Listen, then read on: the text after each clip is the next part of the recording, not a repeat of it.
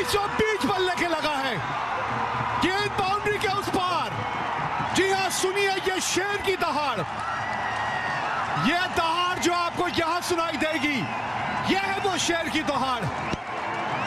Cricket में छोटी मोटी लड़ाइयां तो होती रहती हैं, लेकिन क्या हो जब निर्णायक मैच ही रोमांच की सारी हदें पार कर जाए और जब दोनों टीम के खिलाड़ी मैच जीतने के लिए किसी भी हद तक जाने को तैयार हो तो वो मैच यादगार बन जाता है। और खासकर अगर वो मैच भारत और पाकिस्तान के बीच हो तो क्रिकेट का खेल एक जंग का रूप ले लेता है। और उस दिन तो पाकिस्तान के सभी खिलाड़ी अपनी नीच हरकत को अंजाम दे रहे थे, फिर वो कामरान अकमल हो या सईद अजमल।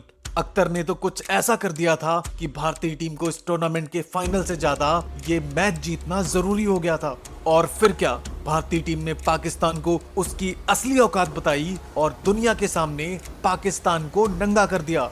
दोस्तों, वीडियो के आखिरी सेकंड तक बने रहना क्योंकि ये मैच आपकी रूह कपा देगा। ये बात है 19 जून 2010 की। एशिया कप में इंडिया और पाकिस्तान आमने सामने थे और फाइनल में पहुंचने के लिए इन दोनों टीमों का ये मैच जीतना बेहद ही जरूरी था। और जब दोनों टीमों के कप्तान टॉस के लिए मैदान पर आए तब किसको पता था कि ये मैच इतिहास के पन्नों में हमेशा हमेशा के लिए अमर हो जाएगा। पाकिस्तान की कप्तान शाहिद अफरीदी ने टॉस जीतकर पहले बल्लेबाजी करने का फैसला किया और उनकी तरफ से इमरान फरहत और सलमान बट पारी का आगाज करते हैं और दोनों ही खिलाड़ी शानदार फॉर्म में चल रहे थे। तो वहीं भारत के लिए पहला ओवर लेकर आते हैं प्रवीण कुमार और उन्होंने पहले ओवर में दबाव बनाए रखा, लेकिन दूसरे ओवर में सलमान बट ने आशीष नेहरा को एक शानदार चौका लगा दिया। इसी चौके को मारने के बाद उसने आशीष नेहरा को खुला चैलेंज भी दे दिया कि हम तुमको इसी तरह मारेंगे, दम है तो तुम रोक के दिखाओ। हालांकि प्रवीण कुमार के सामने इनकी बोलती बंद थी और उनका खड़ा होना भी मुश्किल हो गया था, लेकिन वहीं आशीष नेहरा के खिलाफ ये दोनों आक्रामक बैटिंग कर रहे थे। प्रवीण कुमार की लहराती गेंद का कोई तोड़ नहीं था, लेकिन पाकिस्तान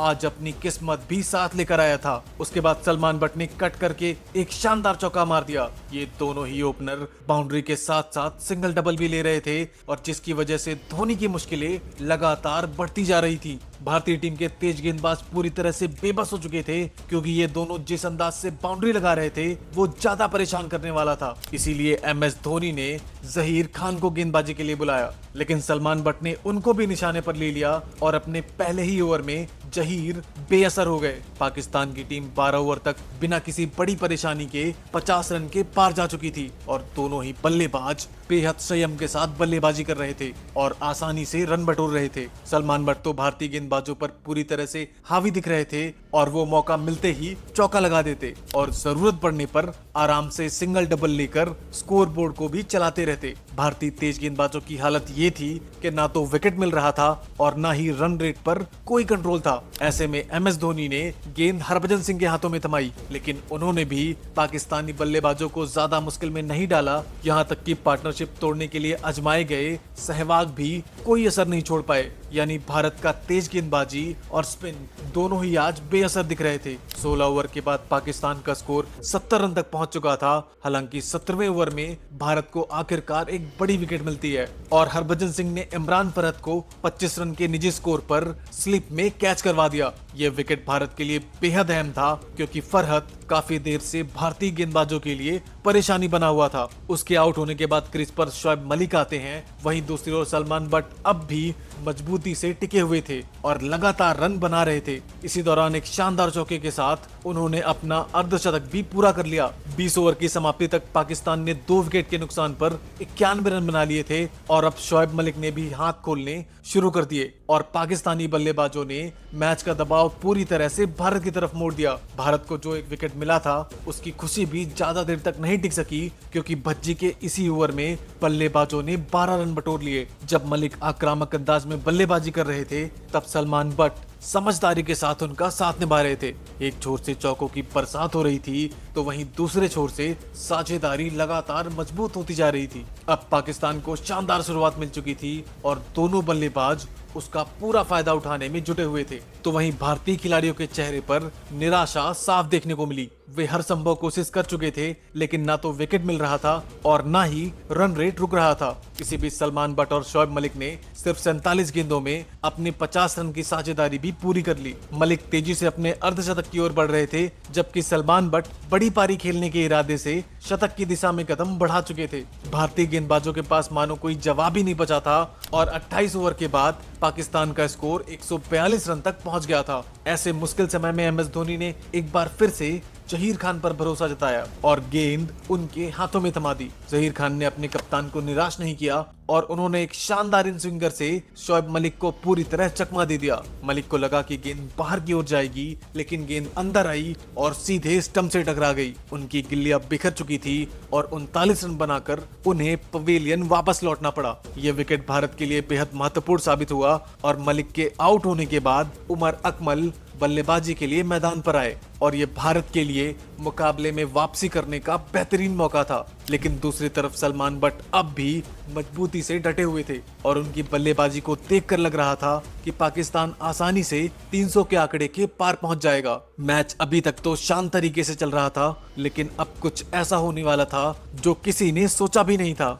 इसी बीच रविंद्र जडेजा और MS धोनी ने मिलकर एक शानदार रणनीति बनाई। सलमान बट ने शॉट खेलकर रन चुराने की कोशिश की, लेकिन जडेजा की तेज फील्डिंग और धोनी की बेहतरीन समझदारी ने उन्हें रन आउट करा दिया। लगातार 2 विकेट गंवाकर अब पाकिस्तान थोड़ा दबाव में आ चुका था। सलमान बट 74 रन की शानदार पारी खेलकर वापस लौट गए और 30 ओवर के बाद पाकिस्तान का स्कोर अब 146 रन हो चुका था। हालांकि अभी भी मैच में 20 ओवर बाकी थे और भारत की मुश्किलें पूरी तरह से खत्म नहीं हुई थी, क्योंकि कप्तान शाहिद अफरीदी का बल्लेबाजी के लिए आना अभी बाकी था। फिलहाल क्रीज पर तो नए बल्लेबाज मौजूद थे जो धीरे धीरे खुद को सिचुएशन में ढालने की कोशिश कर रहे थे। इसी दौरान हरभजन सिंह ने एक और मौका बनाया और उनकी गेंद पर विराट कोहली ने शानदार ड्राइव लगाते हुए एक बेहतरीन कैच पकड़ लिया।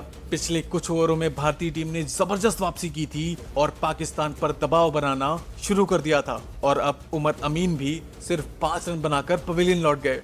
अब मैदान पर पाकिस्तान के कप्तान शाहिद अफरीदी की एंट्री होती है, जिनकी पहचान ही विस्फोटक बल्लेबाजी और बड़े बड़े छक्कों से थी।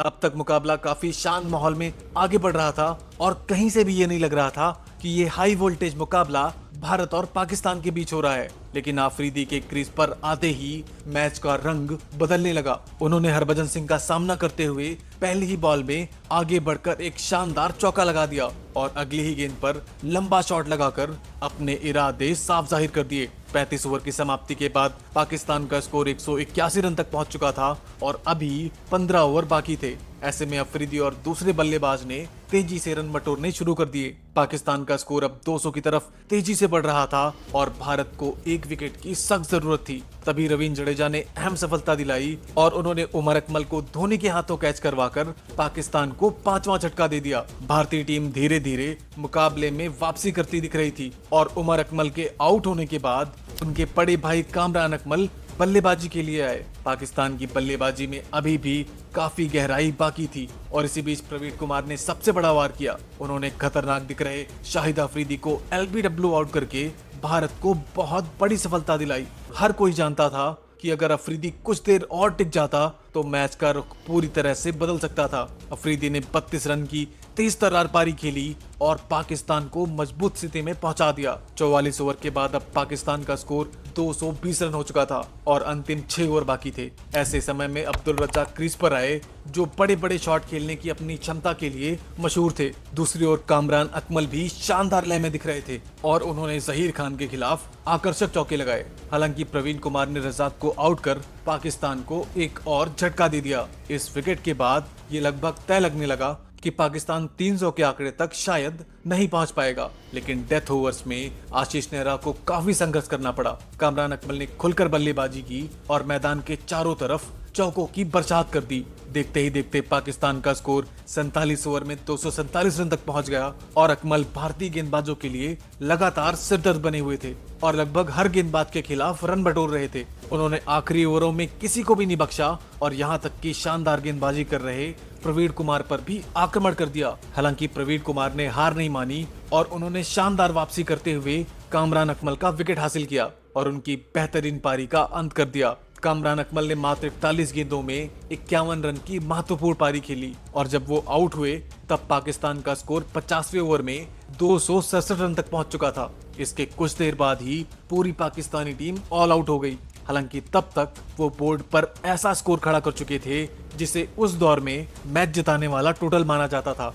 पूरा भारत जीत की गुहार लगा रहा था क्योंकि टूर्नामेंट के फाइनल में पहुंचने के लिए ये मैच जीतना बेहद ही जरूरी था। और वहीं पर 2008 में हुए पार्लियामेंट अटैक का बदला लेना भी जरूरी था, क्योंकि जब पार्लियामेंट अटैक हुआ था उसके बाद से भारत का केवल ये दूसरा ही मैच था और भारत के हर नागरिक को जीत के सिवाय कुछ भी नहीं चाहिए था। उस वक्त भारत पाकिस्तान ज्यादा आमने सामने नहीं हुए थे और ये केवल दूसरी बार ही आपस में भिड़ रहे थे। ऐसे में लोगों का खून उबाल मार रहा था, लेकिन भारत को ये जीत इतनी आसानी से नहीं मिलने वाली थी, क्योंकि उस दौर में पाकिस्तान के पास रफ्तार के सौदागर हुआ करते थे और अब भारत को 300 गेंदों में 268 रन बनाने थे। और इसी बीच भारतीय टीम के लिए विस्फोटक वीरेंद्र सहवाग और गौतम गंभीर मैदान पर आते हैं। और अगर आप भी चाहते हैं कि भारतीय टीम पाकिस्तान को पूरी तरह से धूल चढ़ा दे तो वीडियो को लाइक जरूर करना। मैच आगे बढ़ता है और पाकिस्तान के लिए शोएब अख्तर गेंद लेकर तैयार होता है, जिसके सामने खड़े होने में भी खिलाड़ी डरते थे क्योंकि उसकी रफ्तार की दुनिया कायल थी। अख्तर का पहला ओवर शानदार जाता है और मात्र 3 रन ही आ सके। वहीं दूसरे ओवर में मोहम्मद आमिर ने महज 1 रन ही दिया। भारतीय टीम फूक फूक के कदम रख रही थी, लेकिन तीसरे ओवर में इस पारी की पहली बाउंड्री आती है और वो भी बल्ले का एज लेकर। वीरेंद्र सहवाग का बल्ला आज पूरी तरह से खामोश था और दबाव का अंदाजा आप इसी बात से लगा सकते हैं कि भारत ने शुरुआती 5 ओवरों में सिर्फ और सिर्फ 14 रन बनाए। जी हाँ, ओपनर वीरेंद्र सहवाग खेल रहा हो और 5 ओवर में सिर्फ 14 रन बने तो आप समझ सकते हैं कि विपक्षी कितनी शानदार गेंदबाजी कर रहे हैं। गौतम गंभीर ने छठे ओवर में आमिर को पहला कॉन्फिडेंस से भरा चौका लगाया। हालांकि शुरुआती ओवरों में पाकिस्तान इस मैच में पूरी तरह से पकड़ बनाए हुए था, लेकिन मोहम्मद आमिर के इस ओवर में 2 चौके आए, जिससे इस ओवर में 11 रन आ चुके थे। इसी बीच अगले ओवर में शोएब अख्तर ने भारतीय खिलाड़ियों को डराना चाहा और गौतम गंभीर के सर पर एक तेज बाउंसर मारी। गंभीर आउट होने से बाल बाल बचे। आज पाकिस्तान के गेंदबाजों के पास रफ्तार थी और वो उसका भरपूर फायदा उठा रहे थे और उस वक्त भारत के पास इतनी रफ्तार किसी के पास नहीं थी। इसीलिए पाकिस्तानियों को पूरी दुनिया भर में इस बात का गुरूर हुआ करता था। 8वें ओवर में वीरेंद्र सहवाग ने मोहम्मद आमिर को एक करारा चौका मारा, लेकिन फिर देखने को मिलता है कि वीरेंद्र सहवाग दर्द से कराह रहे थे, यानी उनकी मांसपेशियों में खिंचाव आ गया था। धीरे धीरे ये दोनों पिच पर अपनी निगाहें जमाने लगे। ऐसा लगा कि दोनों सेट हो चुके हैं, लेकिन तभी भारत को सहवाग के रूप में बहुत ही बड़ा झटका लगा। अब्दुल रजाक ने उनको विकेट कीपर के हाथों कैच करवा दिया और पाकिस्तानियों का जश्न इस विकेट की कीमत बता रहा था। विस्फोटक वीरेंद्र सहवाग आज खामोश रहे और केवल 10 रन बनाकर ही पवेलियन चल दिए। सहवाग के जाने के बाद मैदान पर आते हैं विराट कोहली। भारतीय टीम ने 12वें ओवर में कोहली के इसी चौके के साथ अपने 50 रन पूरे किए और अब भारतीय टीम की इस पारी को ये 2 उभरते हुए खिलाड़ी आगे बढ़ा रहे थे और दोनों सिंगल डबल के साथ साथ चौके भी लगा रहे थे। गौतम गंभीर और विराट कोहली ने चालाकी से अपनी पारी को आगे बढ़ाया और टीम के स्कोर बोर्ड को 100 रनों के करीब ला खड़ा किया। जिस तरह से ये दोनों पारी को आगे बढ़ा रहे थे उससे पाकिस्तानी निराश हो रहे थे। वो परेशानी में आ रहे थे, ना उनको विकेट मिल रहा था और ना ही रन रुकने का नाम ले रहा था। लेकिन शाहिद अफरीदी ने अब अजमल को गेंदबाजी के लिए बुलाया और विराट कोहली एक सिंपल सी बॉल पर बोल्ड हो गए। जिस गेंद पर आगे खेलना था विराट कोहली बैकफुट पर चले गए और गेंद ने गिल्लियां उखाड़ दी।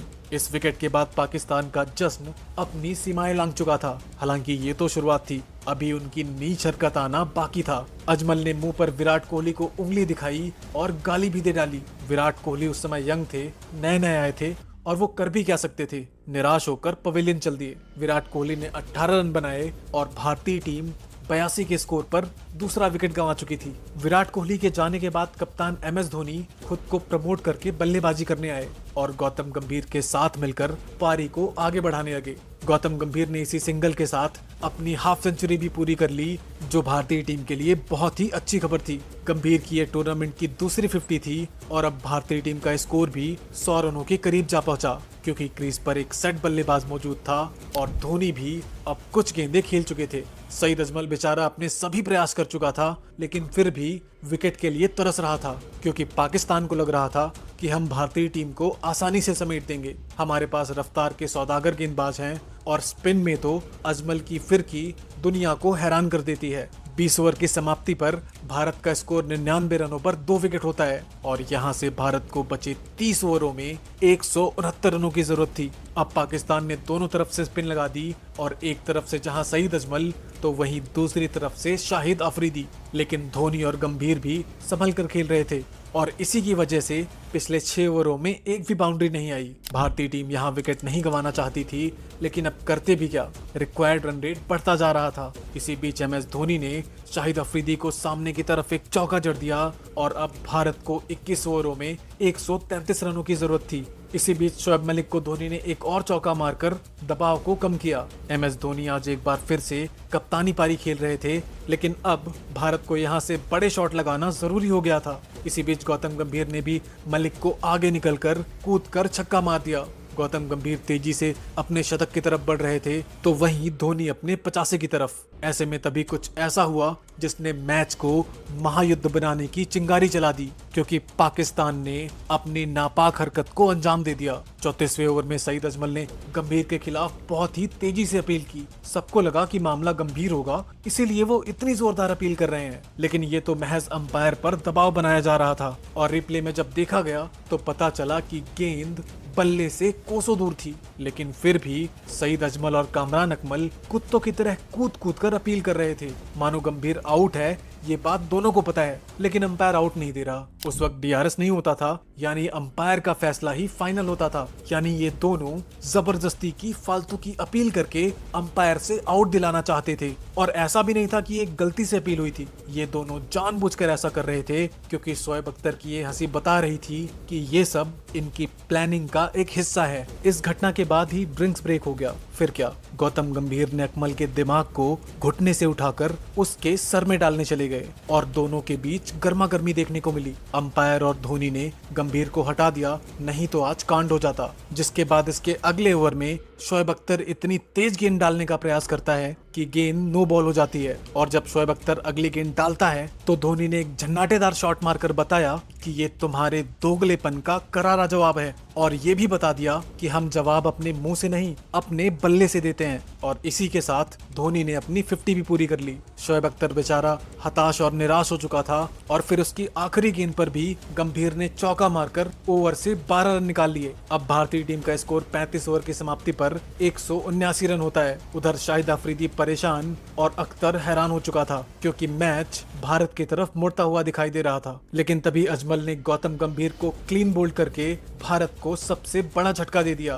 फिर तो पागल कुत्तों की दोगली सेना मैदान पर ही नंगा नाच करने लगी। स्टेडियम में सन्नाटा पसर गया। अकेला अजमल मैदान चीर रहा था। इनकी खुशी रुकने का नाम नहीं ले रही थी और ऐसा जश्न मानो इन्होंने मैच को ही जीत लिया हो। गौतम गंभीर 87 रनों की बेहतरीन पारी खेलकर आउट हो गए और अब मैदान पर आए रोहित शर्मा। यहाँ पर भारतीय टीम को 82 गेंदों पर केवल 87 रन ही बनाने थे, जो आसान लग रहा था, लेकिन ये इतना आसान नहीं होने वाला था क्योंकि अब सामना हुआ रोहित का शोएब अख्तर से। और रोहित शर्मा ने अख्तर को चौका मारकर बता दिया कि हम भले ही यंग हैं, लेकिन तेरी औकात बताने में पीछे नहीं हटेंगे। और उसी के बाद अगली गेंद को भी चौके के लिए भेज दिया। रोहित शर्मा ने अख्तर की रफ्तार को ध्वस्त कर दिया और अब मैच धीरे धीरे आगे बढ़ रहा था। MS धोनी और रोहित शर्मा की जोड़ी क्रीज पर मौजूद होती है और उसके बाद भारतीय टीम ने 200 रनों का आंकड़ा भी पार कर लिया। लेकिन इसी बीच भारतीय टीम को एक और झटका लगता है और शाहिद अफरीदी की गेंद पर रोहित शर्मा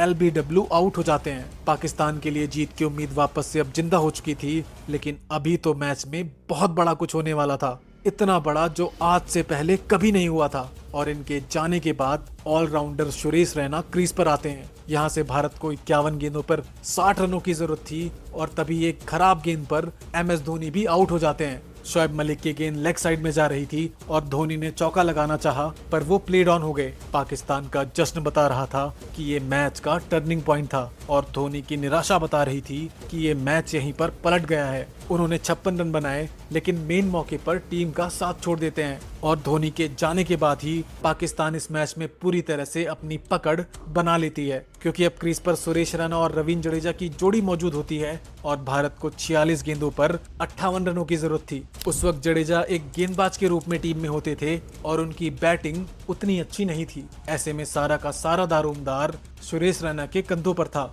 इसीलिए रविंद्र जडेजा और सुरेश रैना दोनों ही संघर्ष करने लगे। भारतीय टीम एक एक रनों के लिए तरसने लगी और पाकिस्तान टीम पूरी तरह से इस मैच में हावी हो चुकी थी और अब रिक्वायर्ड रेट भी 8 रनों के पार जा चुका था। पूरा मोमेंटम पाकिस्तान की तरफ झुक गया और धोनी का विकेट भारतीय टीम के लिए रेड लाइन थी। अब यहाँ पर मैच को ध्यान से देखिए। भारतीय टीम को 30 गेंदों में 49 रनों की जरूरत होती है और जो बेहद ही मुश्किल था। और इसी बीच सईद अजमल ने रविंद्र जडेजा को चारों खाने चित करके बोल्ड कर दिया। उसके बाद तो उन्होंने मैच को जीत ही लिया हो, क्योंकि एक वक्त पर भारतीय टीम को 51 गेंदों पर केवल 60 रन बनाने थे, तो वहीं अब 29 गेंदों पर 49 रन बनाने थे और विकेट भी गिर चुका था। सुरेश रैना एकमात्र बल्लेबाज बचे थे। यानी अब कोई भी कहेगा कि पाकिस्तान इस मैच में हावी है और यहाँ तक कि पाकिस्तान इस मैच को आसानी से जीत भी लेगा। यदि कोई और दिन होता तो भारतीय टीम हार भी जाती, लेकिन आज यहीं पर ट्विस्ट पैदा होता है, क्योंकि उनका जश्न थमने का नाम नहीं ले रहा था। उनको पता था कि अब तो इस मैच को हमने जीत ही लिया है। एक तरफ तो भारत के पास विकेट नहीं है, ऊपर से रैना अकेले 28 गेंदों में 48 रन कैसे ही बना लेंगे। तभी सुरेश रैना ने अजमल को उसी के ओवर में एक चौका मारकर उम्मीद को जिंदा रखा। ये 9 ओवरों के बाद पहला चौका आया था और जब 25 गेंदों में 42 रनों की जरूरत थी तभी सुरेश रैना ने छक्का मार दिया। रैना बड़े शॉट खेलने के सिवा कुछ कर भी नहीं सकते थे। आज Suresh Raina one man army की तरह पाकिस्तान के सामने एक शेर की तरह खड़े थे। अजमल के इस ओवर में जडेजा का विकेट तो आया, लेकिन साथ में 2 बाउंड्री भी आई, जिसकी वजह से भारतीय टीम अभी भी इस मैच में बनी हुई थी और मैच का रोमांच बढ़ता जा रहा था, क्योंकि ये मैच किसी आम टीम के बीच नहीं था बल्कि इंडिया और पाकिस्तान के बीच था। और जब मैच इन दोनों के बीच होता है तो इतनी आसानी से खत्म नहीं होता, तो रोमांच आखिरी गेंद तक बना रहता है। और फिर अगले ओवर में हरभजन सिंह ने रफ्तार के सौदागर कहे जाने वाले शोएब अख्तर को पुल करके लंबा छक्का मार दिया और अजमल ने जो चिंगारी लगाई थी अब वो ज्वालामुखी बनकर फटने वाली थी। हरभजन सिंह ने शोएब अख्तर को इतना लंबा छक्का मार दिया कि किसी को भरोसा नहीं हो पा रहा था। इस छक्के की गूंज आज भी शोएब अख्तर को सुनाई देती होगी। अख्तर को ये बिल्कुल भी पसंद नहीं आया, क्योंकि भज्जी गेंदबाज थे। एक गेंदबाज ने एक दूसरे गेंदबाज को इतनी आसानी से छक्का कैसे मार दिया। इसी गुस्से में अख्तर ने अगली गेंद हरभजन के शरीर पर डाली। अख्तर खून के आंसू रो रहा था और शाहिद अफरीदी समझा रहा था, पर अख्तर ने अपने घमंड में अफरीदी को भी डांट कर भगा दिया। शोएब अख्तर के इस ओवर की शुरुआती 5 गेंदों पर 9 रन आ चुके थे, जिससे अब भारत को 19 गेंदों पर 27 रन बनाने थे और आखिरी गेंद भज्जी से डॉट हो जाती है, जिसके बाद शोएब अख्तर ने हरभजन को आग दिखाई और अब भारतीय टीम को 18 गेंदों पे 27 रनों की जरूरत थी। उस दौर में मोहम्मद आमिर को खेलना भी बहुत मुश्किल हुआ करता था, लेकिन मिस्टर आईपीएल के नाम से मशहूर सुरेश रैना भी अपने प्राइम पे चल रहे थे। उन्होंने इस ओवर से 11 रन निकाल दिए, जिससे भारत को अब 12 गेंदों पे 16 रन चाहिए थे। शोएब अख्तर ने रैना को छक्के के रूप में जोरदार तमाचा मारा, जिससे मैच अब पूरी तरह से भारत की तरफ आ गया था। लेकिन आखिरी की 5 गेंदों में अख्तर ने केवल 3 रन ही दिए, जिससे एक बार फिर से मैच में रोमांच पैदा हो गया। भारत पाकिस्तान का मैच इतनी आसानी से खत्म हो जाए ऐसा हो ही नहीं सकता, और ये आज देखने को मिल रहा था। सुरेश रैना ने अख्तर को चालाकी से खेला और जब 7 गेंदों पर 7 रनों की जरूरत थी तभी अख्तर की बाउंसर भज्जी से डॉट हो गई। फिर अख्तर ने भज्जी को ललकार दिया कि दम है तो अब मार के दिखा। भज्जी ने कहा कि अभी तो मारा था, दिखाई नहीं देता क्या। दोनों के बीच खूब कहासुनी हुई। अख्तर तो समझने को राजी ही नहीं था और अख्तर को उस बात का गुस्सा अभी भी था कि हरभजन ने उसको छक्का कैसे मारा। यदि आज इन दोनों को रोका नहीं जाता तो इन दोनों के बीच हाथापाई हो जाती। जैसे ही खिलाड़ियों के बीच गर्मा गर्मी देखने को मिल रही थी, उसी प्रकार मैच भी रोमांच की पराकाष्ठा को पार कर रहा था। अब भारत को 6 गेंदों में 7 रन बनाने थे। पहली गेंद पर 1 रन आया, दूसरी गेंद हरभजन से डॉट हो गई। सुरेश रैना रन चुराने गए पर वो रन आउट हो गए और यहीं पर पाकिस्तान ने इस मैच को जीत लिया, क्योंकि रैना एकमात्र बल्लेबाज थे और अब गेंदबाजी बचे थे। पाकिस्तानी टीम जोश में थी और उनके अंदर जोश पैदा हो चुका था। वो जीत का जश्न मनाने लगे। स्टेडियम में सन्नाटा पसर रहा था और सुरेश रैना 34 रन बनाकर आउट हो चुके थे। अब भारत को बची 4 गेंदों पर 6 रन बनाने थे और मैदान पर थे 2 गेंदबाज। तभी खुशी में शोएब अख्तर फिर से हरभजन से भिड़ने लगा, क्योंकि उसे लग रहा था कि वो मैच जीत चुका है। लेकिन उसको कहाँ पता था कि वो अपनी बची खुची इज्जत को भी तार तार करने पर लगा हुआ है। भज्जी ने इस बार ज्यादा जवाब नहीं दिया, क्योंकि मैच कांटे का था। प्रवीण कुमार ने भी भागकर 2 रन पूरे कर लिए और उसके बाद सिंगल लिया। जिससे अब 2 गेंदों पर 3 रन बनाने थे। मोहम्मद आमिर के सामने हरभजन सिंह थे और आमिर ने गेंद डाली। भज्जी के बल्ले से गेंद इतनी तेज टकराई कि उसकी गूंज लाहौर तक सुनाई दी। फिर आया एक पंजाबी शेर का जवाब, आंखों में आंखें, दिल में तूफान। मानो भज्जी अख्तर को कच्चा चबा जाना चाहते थे। पाकिस्तान के साथ अख्तर भी शर्मिंदा हो चुका था और भारतीय टीम ने बता दिया कि यदि हमें छेड़ोगे तो हम छक्के भी मारते हैं और जरूरत पड़ने पर कुछ और भी मार लेते हैं। दोस्तों, अगर आप एक सच्चे भारतीय हो तो उस भारतीय टीम के लिए एक लाइक जरूर करना। और हाँ, अगर आपने सहवाग द्वारा मिस्ट्री स्पिनर मेंडिस की धुलाई वाला वीडियो अभी तक नहीं देखा तो स्क्रीन पर दिख रहे इस वीडियो पर क्लिक करें और उस रोमांचक मैच का मजा लें। मिलते हैं अगली वीडियो में, तब तक के लिए जय हिंद।